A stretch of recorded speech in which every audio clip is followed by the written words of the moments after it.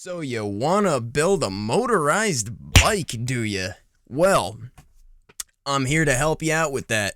I'm John, this is Hardware 570, and we're putting together a little video series here. We're covering everything from buying your first engine kit, getting the frame, and whatever bike you're gonna put it on, and we'll go all the way on through up to mounting, customizing, porting, modding, all of that good stuff. If you're interested in that, you're getting into the hobby, you're into the hobby already, don't forget to hit that little notification bell and subscribe so that you can keep up with the little series here.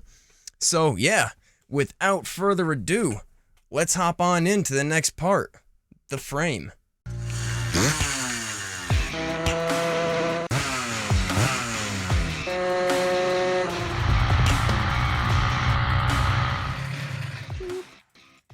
Alright guys, so if you've watched the first part of this series that I released yesterday, I went over some of the basics as far as what you should look for and what are good places to go as far as buying your first stock engine kit goes.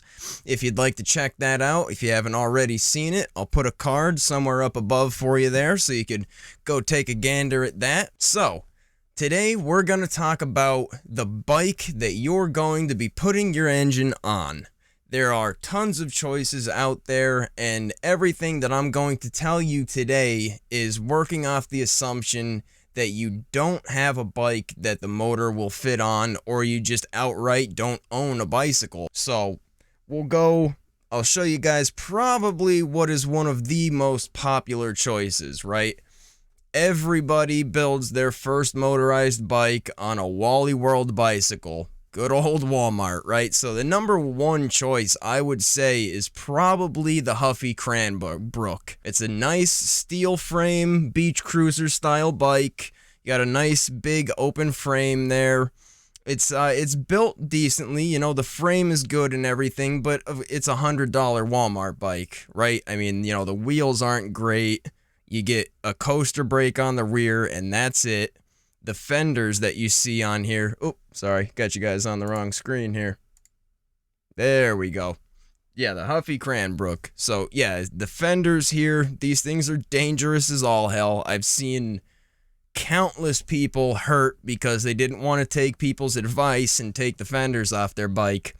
So there's choice number one, the Huffy Cranbrook. They're usually available at every Walmart across the globe. They come in a couple different colors, and it's a $100 bike. So you could have yourself up and running with a $150, $160 engine kit and a $100 bike, and get yourself a helmet.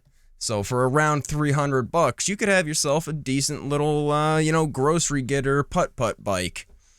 So then moving on down to a different style, here on Amazon we have the Roadmaster, the Granite Peak.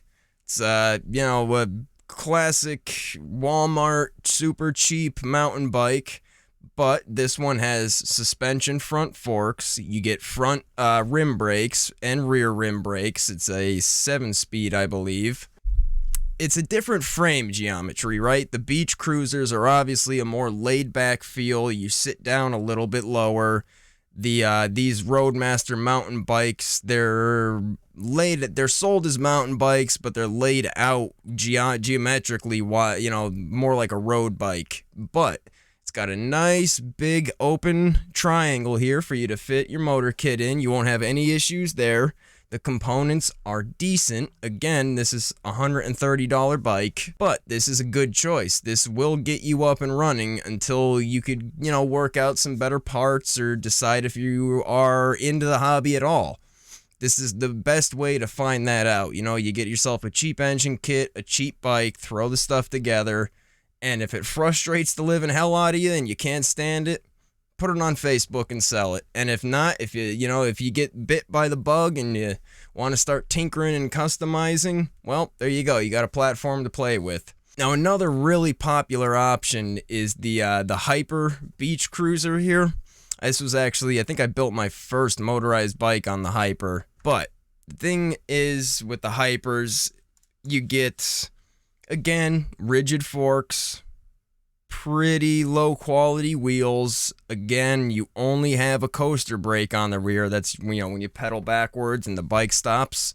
But you get a good frame. The bars are kind of wonky. It's not really my style. It's not the layout that I like. I don't like the, you know, like ape hanger bars or beach cruiser bars. I like running nice wide mountain bike riser bars. That's my favorite layout. But if you could find one of these, it's a good option. I know a lot of people that build on them. There is one major limitation though, and that is the head tube here. That thing is the longest head tube I have ever seen, and the odds of you finding decent forks, like if you wanted to put mountain bike suspension forks on it, chances are you're not going to find anything that's long enough to fit through that steer tube. So bear that in mind. There's limitations to this. Again though, it's a $120 bike. I mean, you can't really expect much. Now here's another one. This is really popular. I see a lot of guys building on these, and I can understand why. It's the Mongoose Billet mountain bike. It's a 21 speed, 29-inch mag wheels on it, so that's pretty cool. It comes already set up with disc brakes front and rear, suspension forks, nice, you know, open, roomy frame, and it leaves you lots of room for upgrading down the road. You could put bigger brake calipers on, or rotors, bigger, better calipers, and you have room to play around. You can get a nice engine in there, fit your pipe up good. They're good bikes, and for $170, that puts you off to a really, really good start. So I definitely recommend them. What you want to avoid there is, it's called the Mongoose Mac. They come in a 26 and I believe a 27.5 setup. Those bikes I don't recommend. The frame is much tighter, so it's harder to get your engine in there. You have to use offset intakes, and it's just, it forces you into a whole bunch of unnecessary compromises right from the get-go.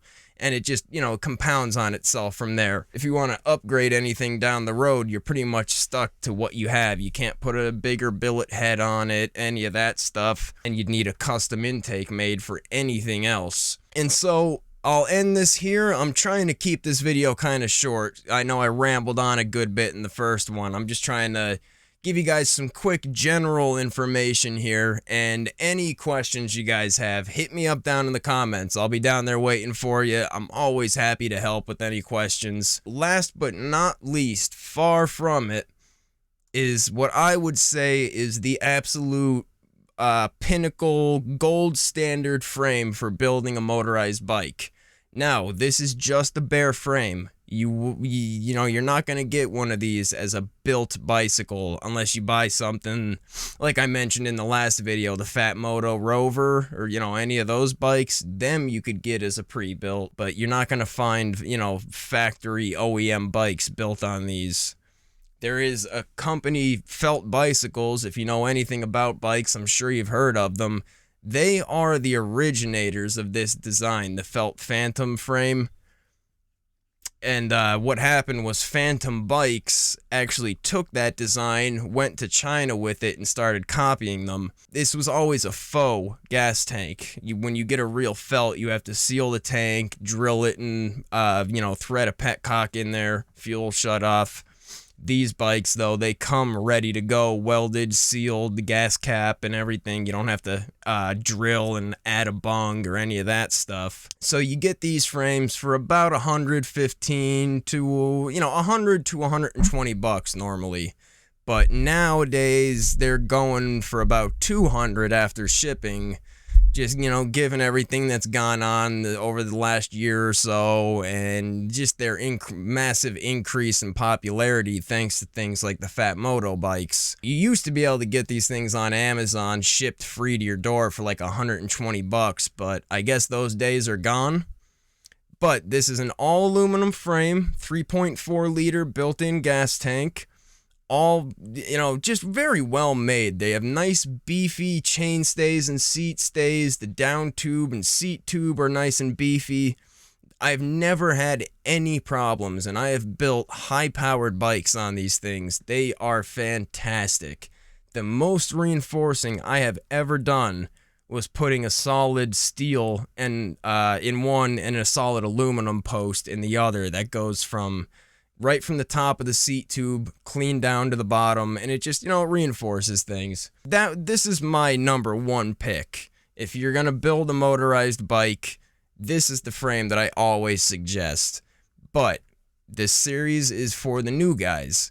So for any of the new guys, the Huffy Cranbrook, the Hyper Beach Cruiser, the Mongoose Billet mountain bike with the 29-inch mags, and the Roadmaster Granite Peak.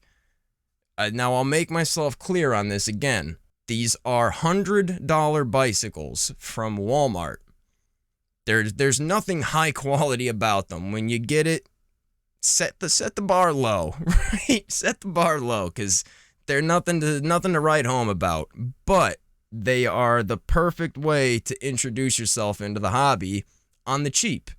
So, yeah, like I said, I'm here to answer any questions you guys have. We're going to keep this series on going.